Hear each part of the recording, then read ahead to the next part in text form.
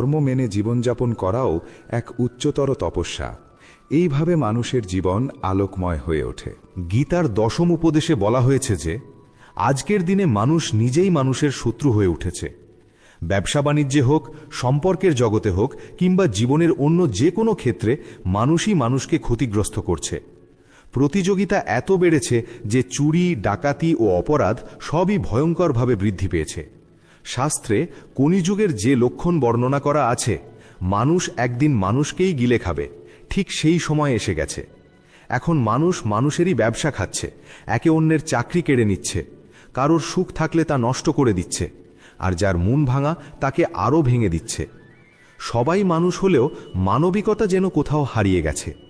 এক দরিদ্র ভিখারি এক ধনী মানুষের বাড়ি থেকে বেরিয়ে এসে অনুরোধ করল, এক গ্লাস জল দাও, খুব পিপাসা লেগেছে, অনেকটা পথ হেঁটে এসেছি, আর পারছি না। ধনী মানুষটি বলল, এখন আশেপাশে কেউ নেই, কেউ এলে জল দেব। কিছুক্ষণ পর ভিখারি আবার অনুরোধ করল, দয়া করে একটু জল দিন, আর কোথাও যেতে পারছি না। ধনী লোকটি একই উত্তর দিল, বলেছি তো মানুষ এলে জল পাবে। তখন ভিখারি অসহায়ভাবে বলল, আপনি নিজেই মানুষ হয়ে যান না, একটু সময়ের জন্য মানুষ হন।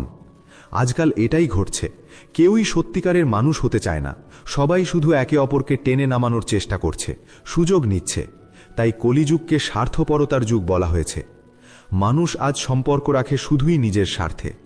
বন্ধুরা, যদি গীতার এই 25টি কথা ভালোভাবে বোঝো এবং মনে রাখো, তবে বিশ্বাস রাখো পৃথিবীর কেউ তোমার মন বা হৃদয়কে আর আঘাত দিতে পারবে না।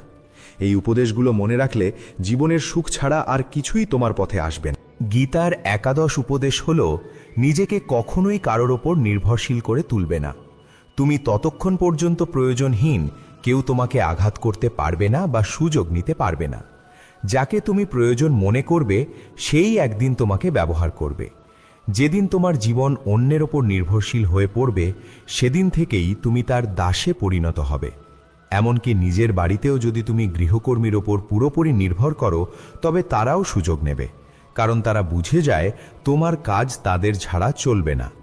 কিন্তু যখন তারা বুঝতে পারে তুমি নিজের কাজ নিজেই করতে পারো, তখন তারা ঠিকই সীমার মধ্যে থাকে।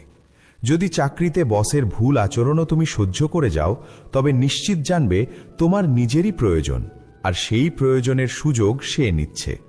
পরিবারেও যাকে তুমি প্রয়োজন মনে করো, সেই তোমাকে সবচেয়ে বেশি কষ্ট দেয়, কারণ তুমি তার হাতের মুঠোয়। মানুষ দুর্বল কাউকে নিয়ন্ত্রণে রাখতে ভালোবাসে। তুমি যতই ভালো করো, কিছু দেবে, তবুও তারা তোমাকে নিচে ধরে রাখতেই আনন্দ পায়। তোমার যদি প্রতিভা থাকে, সেটিকে ছেঁটে দেওয়ার চেষ্টা হবে,